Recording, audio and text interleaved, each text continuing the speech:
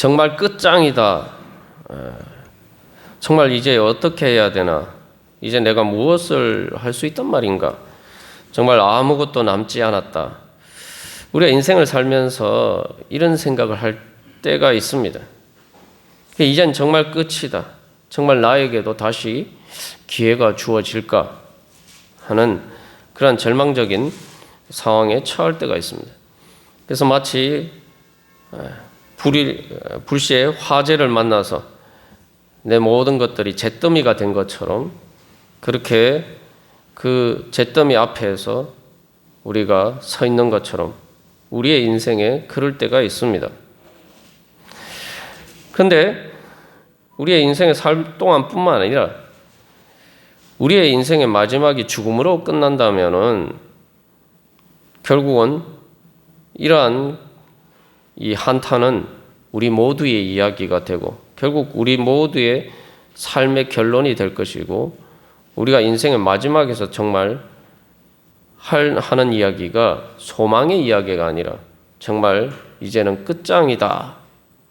아무것도 남지 않았다. 이 말이 우리의 인생의 마지막 고백이 될 것입니다.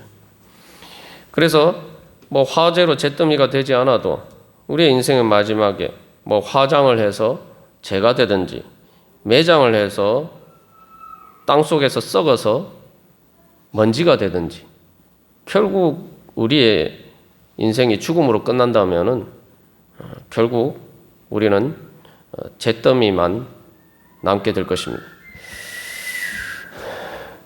그래서 죽으면 다 끝난다. 그러면 어떻게 하나? 바로 거기에 대해서 오늘 예수님께서 부활하셔서 베드로를 만나 주셔서 바로 그 질문에 대해서 아무도 대답해 줄 수 없는 그 질문에 대해서 우리에게 해답을 주셨습니다. 베드로가 예수님을 부인하고 심히 통곡했다 그러죠. 그 베드로가 왜 심히 통곡했습니까? 예수님을 부인한 것도 문제지만 예수님을 부인함으로써 예수님을 자신의 삶의 흔적에서 다 불태워 없애 버렸는데 예수님을 다시 기억하게 됐어요.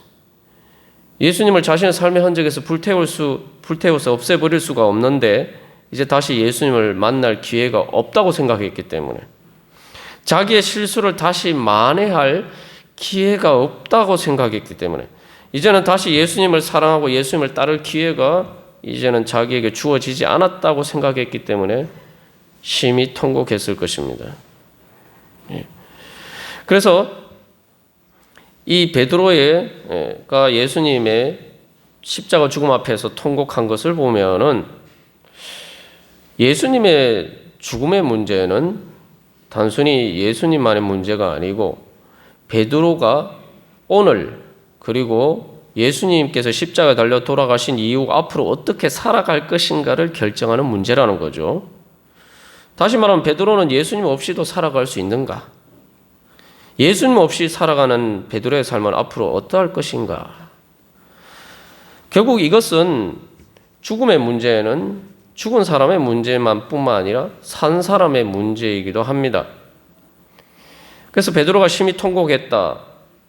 또 이 말이 이제 지난주에 우리가 나눈 것처럼 야곱이 자기가 가장 사랑하는 아들 요셉이 죽은 것으로 알았을 때에 통곡하고 또한 자기 자녀를 잃어버린 사랑하는 자식을 잃어버린 그 어머니가 통곡하듯이 통곡하는 것이다.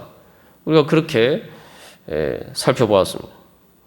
그래서 이것은 그 죽음으로 끝난다라면은 베드로나 야곱이나 또한 자기 자식 때문에 통곡하는 라헬로 대표되는 그 수많은 어머니들의 삶은 이제 어떻게 합니까? 앞으로 어떻게 살아야 됩니까?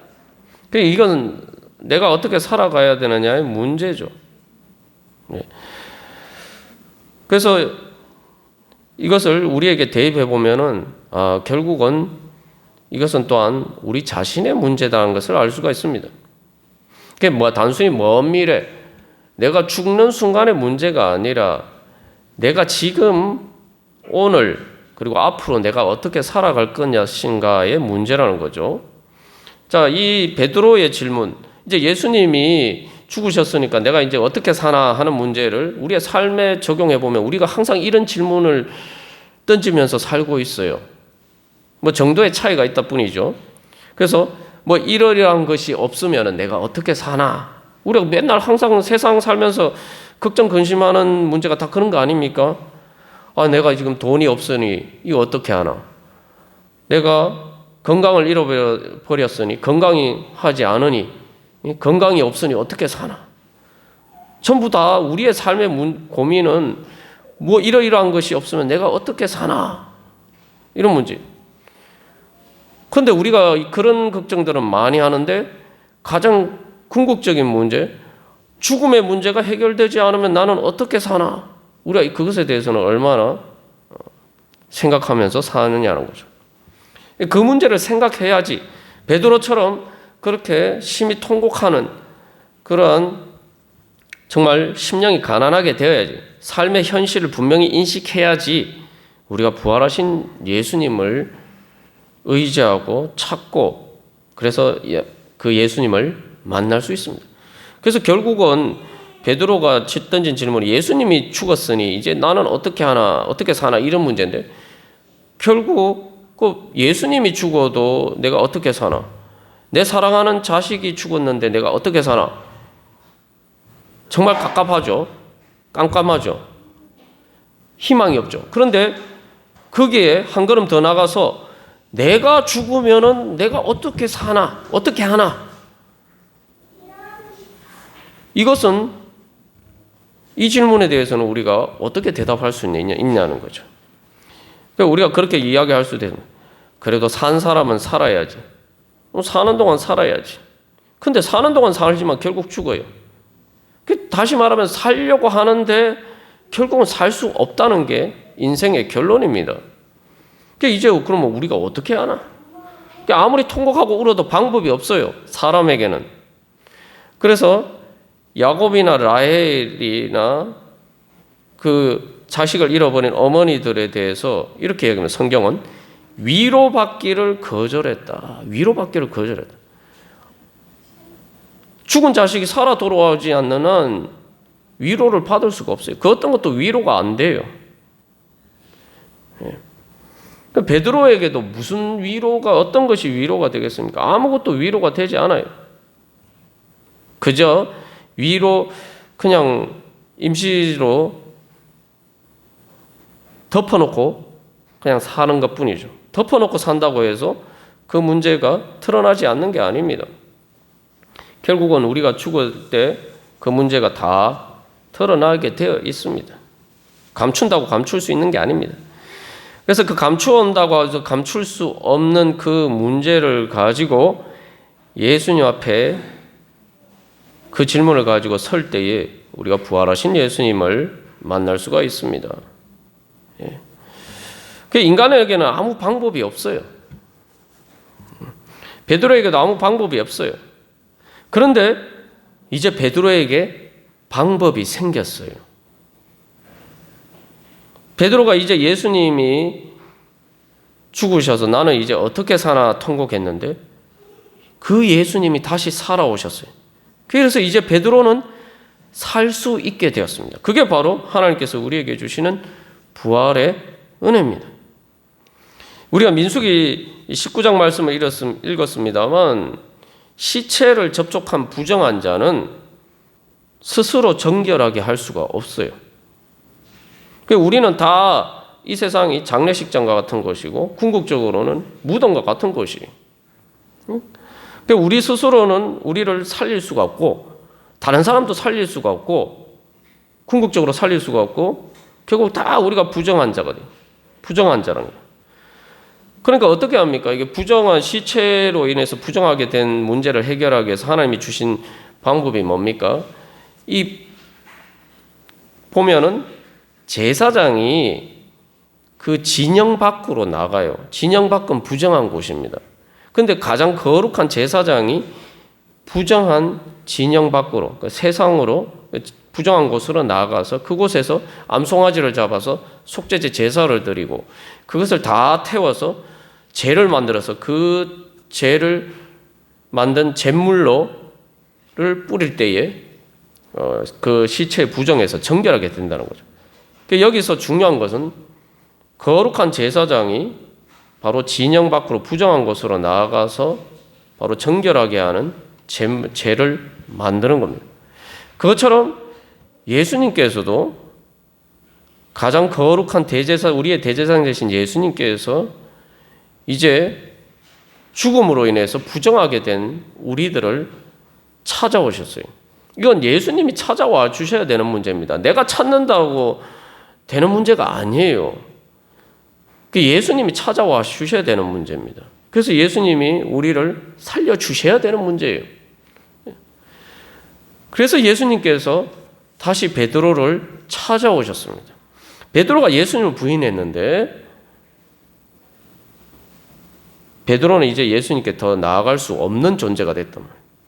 그러니까 예수님이 찾아오신 거예요. 그리고 베드로를 부르시고 예수님께서는 불을 피워 주십니다. 그게 이제 이때 당시만 해도 우리 지난번에 보니까 날씨가 추웠다 그러죠. 더군다나 새벽에는 되게 춥죠. 그래서 밤새도록 고기를 잡았는데 아무것도 없어요. 그게 뭡니까? 우리의 인생을 보여줍니다. 우리가 인생을 살면서 나름 다 열심히 살아요.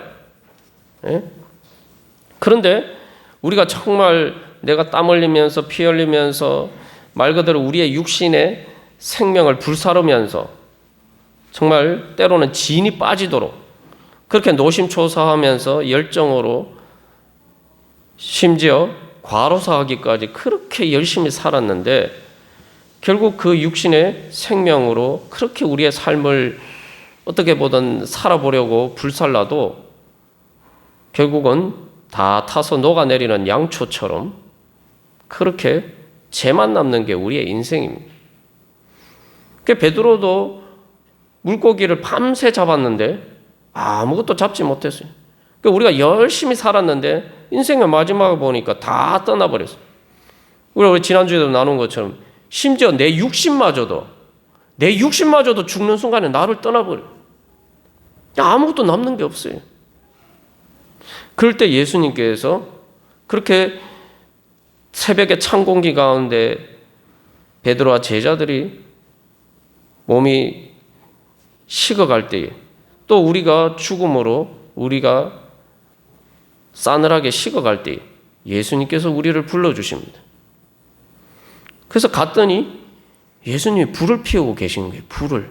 그런데 이 불이 원어상으로 보면은 바로 베드로가 예수님을 부인할 때에 그 대제사장의 하인들과 그 무리들이 불을 피웠다라고 할 때 그 불과 그 숯불이라는 단어인데 그 똑같은 단어예요. 이제는 불은 불인데 대제사장의 하인들이 피운 불이 아니라 십자가에서 불타서 제가 되신 예수님이 다시 피우신 불이에요. 베드로가 베드로로 하여금 예수님을 부인하게 만든 불이 아니고 이제는 예수님을 사랑한다라고 고백하게 만드는 불을 예수님께서 피우셨습니다. 이 불은 부활하신 예수님께서 피우시는 불이에요. 베드로는 예수님을 부인하면서 예수님을 불태웠는데 이제 예수님은 베드로를 위해서 불을 피우고 계십니다. 베드로를 다시 살려주시기 위해서, 베드로에게 다시 기회를 주시기 위해서 불을 피우십니다.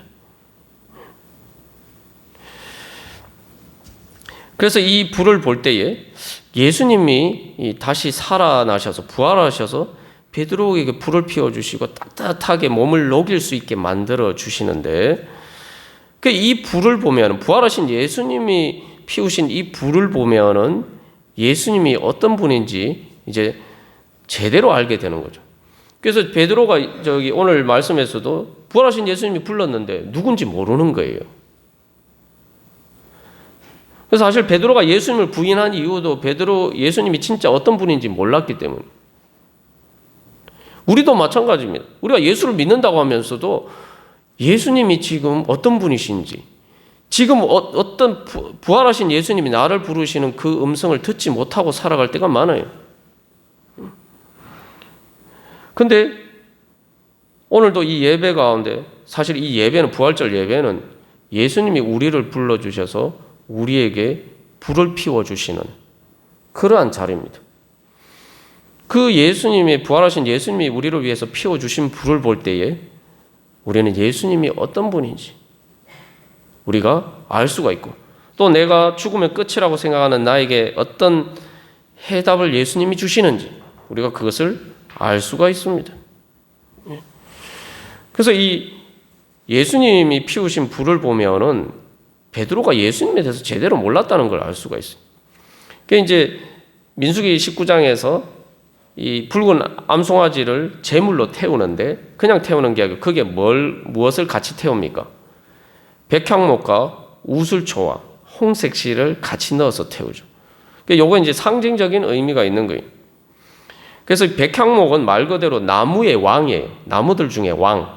그래서 왕의 위엄과 권위를 상징하는 거고 아름다운 향기, 귀한 거예요. 그래서 이거 왕궁이나 성전을 지을 때 쓰는 가장 귀한 나무입니다. 근데 우슬초는 뭐냐? 우슬초는 백향목과 비교해서 가장 하찮은 풀이에요. 이게 이제 담벼락이나 또 이렇게 잘 이렇게 식물들이 자라지 않는 담벼락이나 돌틈이나 그런 곳에서 자라는 정말 보잘것없는 풀이에요. 이건 뭐 농사를 짓지 않아도 그냥 길에 막 풍부하게 널린 게 이런 이 우슬초입니다. 그래서 이제 그 식물을 비유할 때 백향목은 식물들 중에 최고의 왕이고 우슬초는 가장 하찮은 걸 얘기해요. 홍색실은 뭐냐? 이 홍색실은 말 그대로 붉은 실이죠. 붉은 실인데 이 홍색 염료로 만든 실인데 홍색 염료를 어떻게 만드느냐? 그 올리브 나무에서 사는 이 곤충이 있어요. 벌레가 있어요. 그 벌레를 잡아서 거기에서 이 추출한 염료로 이렇게 홍색 그 물을 들인 것이 바로 홍색실입니다. 그래서 이것으로 이제 성막을 짓기도 하고 제사장의 옷을 만들기도 하고 왕의 옷을 상징하는. 그래서 예수님이 십자가에 예수님이 잡히셨을 때에 사람들이 로마 병정들이 예수님을 조롱하면서 홍포를 입히잖아요. 그게 뭐냐면 네가 왕이냐 이제 조롱하기 위해서. 그게 왕의 옷을 상징하는 것이기도 하죠. 이게 그 붉은 암송아지를 태우면서 우슬초와 백향목과 홍색실을 같이 불태웠다. 이것은 바로 예수님에 대해서 또 우리 자신에 대해서 우리에 대한 모습들을 보여주고 있어요.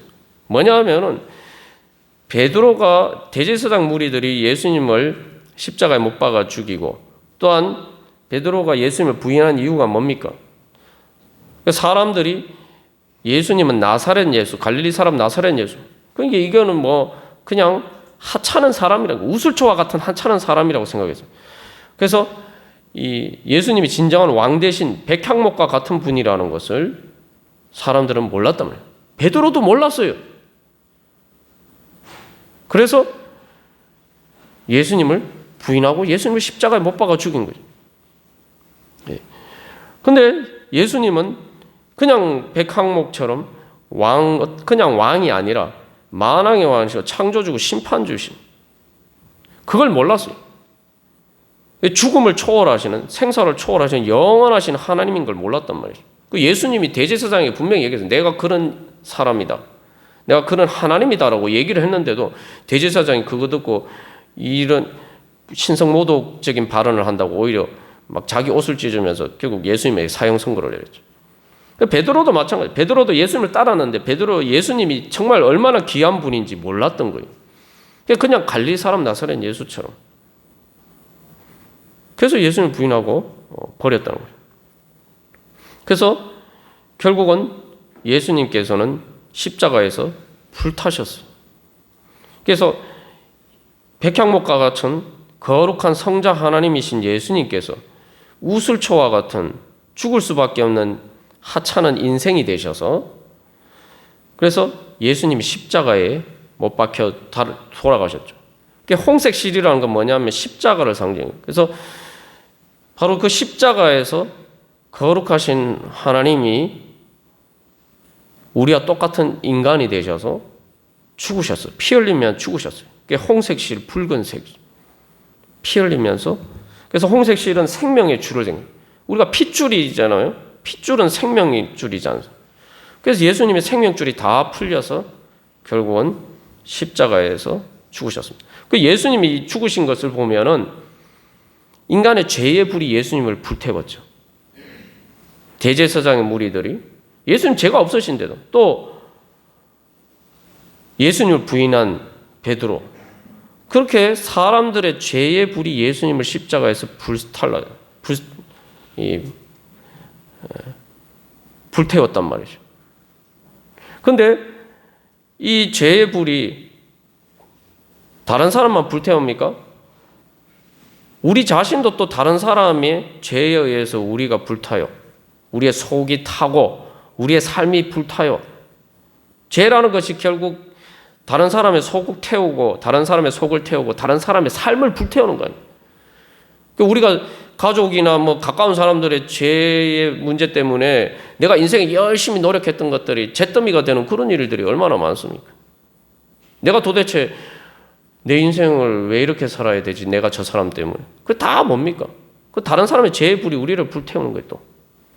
우리는 우리의 죄의 불로 또 다른 사람을 불태우기도 하고, 또 다른 사람의 죄의 불이 나를 불태우기도 하고.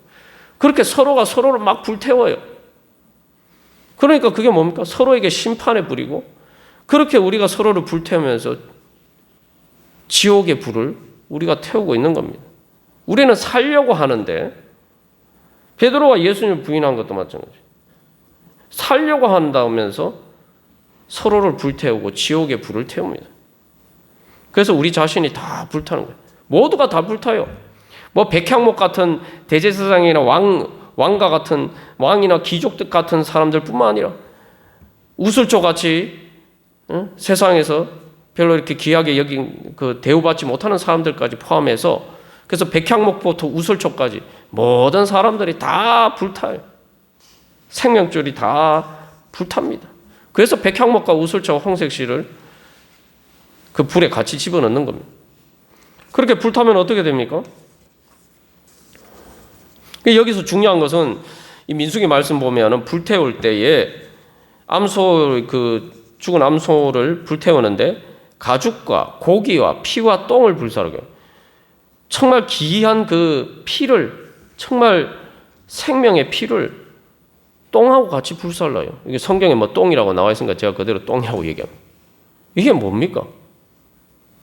똥이라는 게 뭐죠? 거름 아닙니까? 거름으로 쓰는 거 아니에요. 우리의 생명의 귀한 피가 똥하고 같이 불살라지는 거예요. 우리가 죽으면 그렇게 되잖아요. 죽으면 다 같이 그냥 불타는 거 아닙니까? 결국은 죽어서 뭐 재가 되어서 또 썩어서 먼지가 돼서 흙으로 돌아가잖아요. 똥도 썩어서 거름이 돼서 흙으로 돌아가는 거예요. 그러니까 이제 사람이 죽을 때 죽는 원인, 사인 중에 중요한 원인 중에 하나가 폐혈증이죠. 폐혈증. 폐혈증이 뭡니까? 피를 타고 온몸에 오염이 되어서 감염이 돼서 그 감염된 것이 피를 타고 온몸에 흐르면은 이게 순식간에 온몸이 죽어가요. 폐혈증이 무서운 거죠. 치료가 안 돼. 그래서 항암제 여러 가지 약을 쓰는데도 이 피에 이게 피가 정화되지 않으면은 죽습니다. 사인 중에 중요한 원인 중에 하나가 폐혈증이죠. 그게 말 그대로 우리가 내 피가 똥하고 같이 불타는 거예요. 이게 뭐 마지막 죽음의 순간뿐만 아니라 세상 살면서 그래요. 세상에 우리가 모든 부정한 것, 더러운 것 속에서 살면서 결국은 우리가 점점 그 세상에 죄와 죽음의 더러운 것에 감염이 되어서 죽어가는 거예요. 그래서 결국은 내 모든 것이 내 피와 똥이 다 함께 불타서 없어지는 겁니다. 예수님의 이 십자가는 그래서 사람들의 죄의 불이 불태운 것이고 그리고 심판의 불 그리고 지옥의 불을 우리가 거기서 볼 수가 있는 거죠. 그런데 여기서 이제 예수님이 부활하셔서 다시 베드로 앞에 똑같은 불을 피워 주셨단 말이죠. 그러면 예수님 부활하신 걸 보니까 사람들이 예수님을 우슬초 같은 그냥 갈릴리 사람 나사렛 예수인 줄 알고 그렇게 부인하고 십자가에 못 박아 죽였는데 그게 아니죠. 예수님이 그렇게 불타실 분이, 그렇게 죽으실 분이 아니죠. 그러면은 여기서 질문을 하게 됩니다. 도대체 그러면 예수님은 왜 십자가의 불에서 우리 모두처럼 죄의 불과 심판의 불과 지옥의 불에 불타셔서 죽으셨는가? 예수님은 심판받으실 분이 아닌데 오히려 심판하실 심판주이신데 왜 심판의 불에 불타셨는가?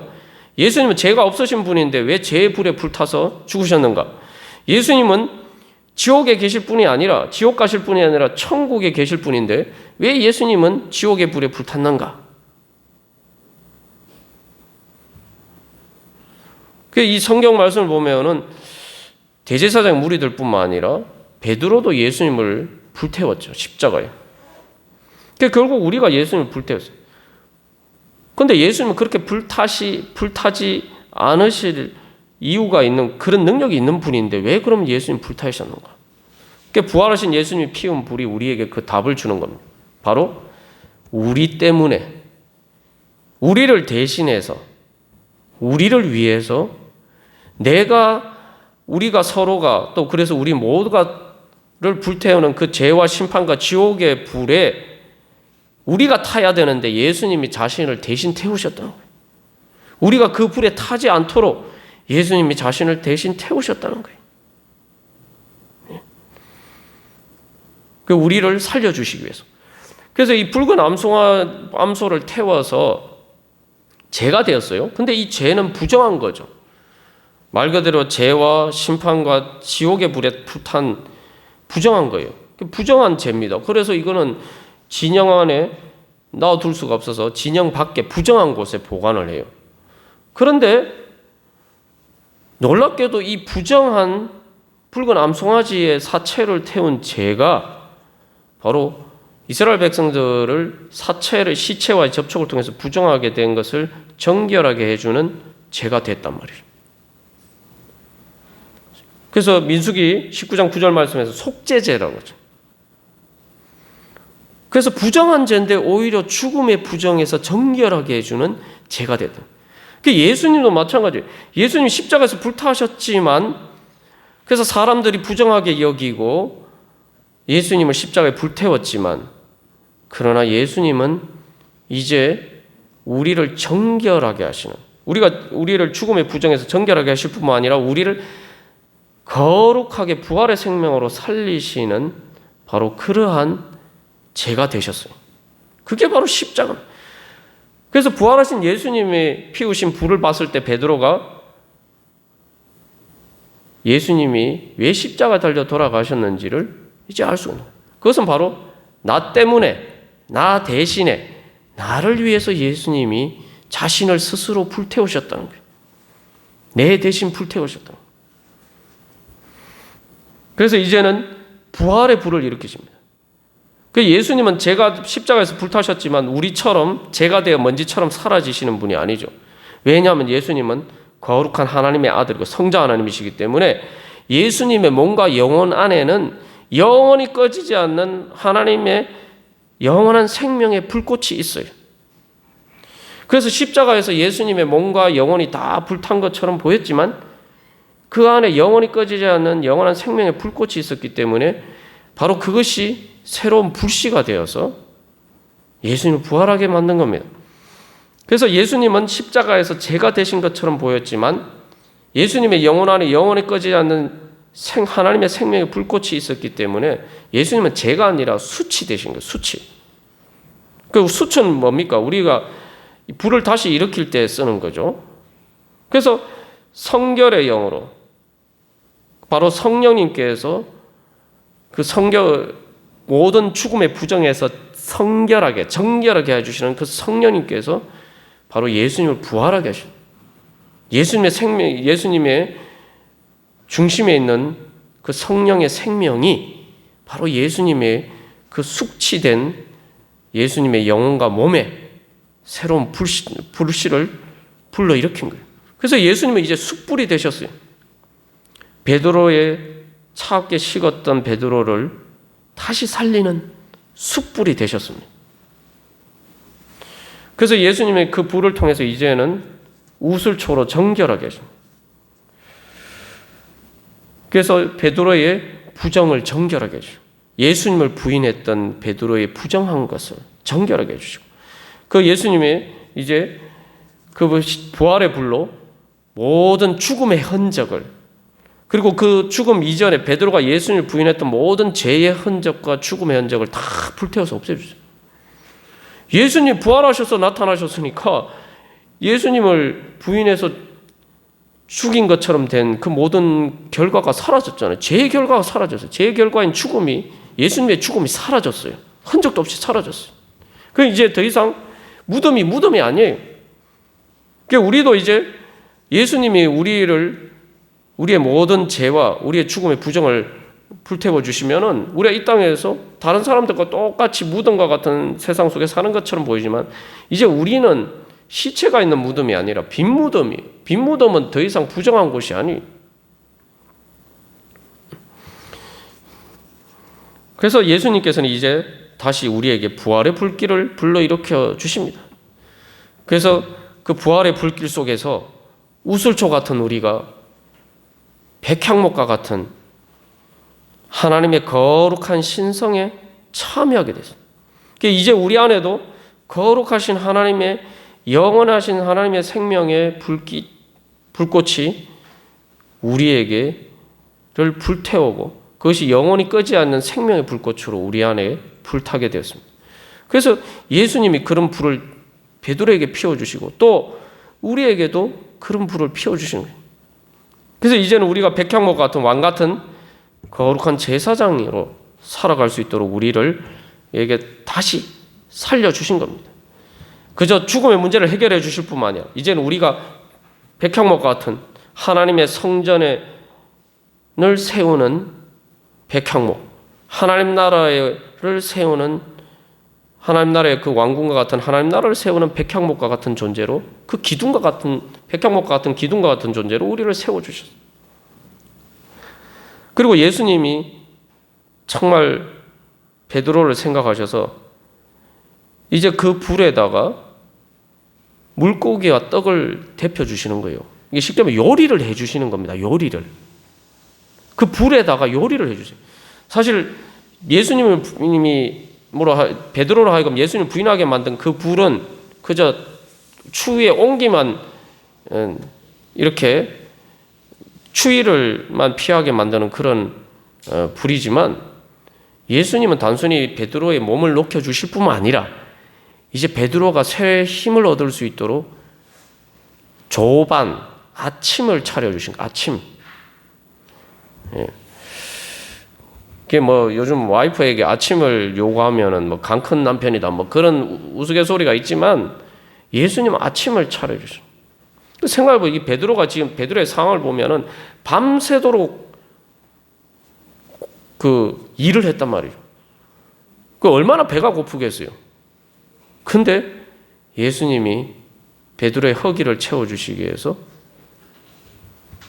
물고기와 떡으로 아침을 차려주셨어요. 그러니까 새 힘을 주셨죠. 그러니까 우리가 마치 아침을 먹고 힘을 얻어서 하루를 시작하듯이 이제 하나님께서는 베드로에게 다시 시작할 수 있는 부활의 생명을 주셨습니다. 예. 그래서 이제 그 예수님이 피우신 불 앞에서 예수님께서 물으십니다. 베드로에게 네가 나를 사랑하느냐. 이제 그 불길 앞에서 베드로가 대답하죠. 주님, 제가 주님을 사랑하는 줄 주님께서 아십니다. 이제 베드로는 부활하신 예수님을 알아요. 그렇기 때문에 이제는 자기가 예수님을 사랑하는 그 사랑이 변하지 않을 것도 이제 알게 됩니다. 부활하신 예수님을 몰랐을 때는 자기가 예수님을 사랑해서 예수님 끝까지 따르고 싶었는데 그러나 목숨이 위협을 받으니까 내가 살기 위해서는 예수님을 부인해야지. 부인할 수밖에 없다. 이렇게 됐는데 이제 예수님이 부활하신 것을 보니까 부활하신 예수님의 생명이 있으니까 내가 예수님을 살기 위해서는 예수님을 부인하는 게 아니라 내가 예수님을 부인하면은 그저 한 세상 살고 죽는 거지만 내가 예수님을 부인하지 않고 예수님을 붙잡으면은 내가 죽어도 다시 살고 영원히 산다는 것을 이제 알게 돼요. 그래서 이제는 살기 위해서 예수님을 부인하는 것이 아니라 나는 살기 위해서 예수님을 붙들어야 된다. 그래서 이제 베드로의 중심 가운데는 진정으로 예수님을 사랑하는 불길이. 그 사랑하는 불길이라는 건 뭐냐면 다시는 예수님을 배신하지 않도록 만드는 생명의 불길이 타오르는 거예요. 그래서 내가 살기 위해서 예수님을 버리는 것이 아니라 예수님은 내가 살기 위해서 예수님을 더 사랑해야 된다라는 그 사랑의 불길이 불타오르게 되는 겁니다. 그리고 그렇게 예수님께 고백했을 때 예수님께서 물으시죠. 다시 물으시는 게 아니라 예수님께서 이제 말씀하십니다. 다시 부르십니다. 너는 나를 따르라. 그래서 이제 베드로는 죽기까지 예수님을 따릅니다. 그래서 이제 예수님을 따르는 길이 살 길이고 또한 예수님을 따르는 길이 바로 또 다른 사람도 살리는 길이고 그래서 이제 우리가 평생 수고하면서 정말 열심히 살아도 인생의 마지막에 다 불타서 없어지지만 이제는 예수님을 따르면서 사는 그 헌신의 불길이 타오를 때에 결국은 나도 살고 다른 사람도 살고 최후의 심판의 불길 가운데서도 타지 않는 영원한 생명과 영원한 하나님 나라가 이제 주어진다는 것을 알기 때문에 이제 베드로는 십자가에 거꾸로 못 박혀 죽기까지 예수님을 따르게 됩니다. 그리고 그 베드로를 통해서 그래서 베드로가 예수님 변화되어서 이제 베드로의 삶은 성화의 불길로 타오르게 되고 예수님처럼 살아가는 성화의 불길이 타오르게 되고 그 베드로를 통해서 또 부활하신 예수님을 만난 제자들을 통해서 교회가 다시 부활하죠. 예수님 십자가 달리 돌아가심으로 예수님의 제자들이 그 예수님의 교회가 다 사라졌어요. 그죠? 쉽게 말하면 교회로 따지면 예수님이 목사고 제자들이 또 직분자들이고 무리들이 다 성도들인데 예수님 십자가 달리 돌아가시면 교회가 다 사라졌어요. 근데 예수님이 다시 살아나시니 이제 제자들도 다시 살아나고 교회가 다시 살아나고 그래서 오순절 성령 강림 성령의 불길로 교회가 부흥의 불길이 불타오르게 됩니다. 여러분 주님께서는 오늘도 우리를 부르시고 이 부활절에 베드로를 부르신 것처럼 우리를 부르셔서 이 말씀을 통해서 바로 우리에게 부활의 숯불을 태워주십니다. 이제 이 말씀의 숯불 앞에서 이제 우리는 다시 한번 고백하면서 내가 죽으면 끝인데 어떻게 하나? 여기에 대해서 예수님이 대답을 주셨어요. 그리고 이제 우리에게 기회를 주십니다. 다시 우리를 찾아오셔서 오늘 이 부활절에 우리를 다시 찾아오신 것처럼 매주일 또 매 순간순간 우리에게 새로운 기회를 주시면서 우리를 살려주시고 이제 주님을 향한 사랑과 헌신의 불길 가운데 우리 가운데 영원한 생명과 성화 또 부흥의 불길이 타오르도록 우리를 인도해 주실 줄 믿습니다. 우리 시간 주님 제가 이제 주님께서 저를 위해서 우리를 위해서 세워주신 부활의 그 숯불 앞에 섰습니다. 그 숯불 앞에 앉았습니다. 주님 제 10년 가운데 베드로에게 주신 것처럼 예수님의 부활 생명의 불꽃이 제 안에서 우리의 삶 속에서 성화의 불길로 사랑의 불길로 헌신의 불길로 부흥의 불길로 활활 불타오르게 하여 주시옵소서. 우리 같이 기도하겠습니다.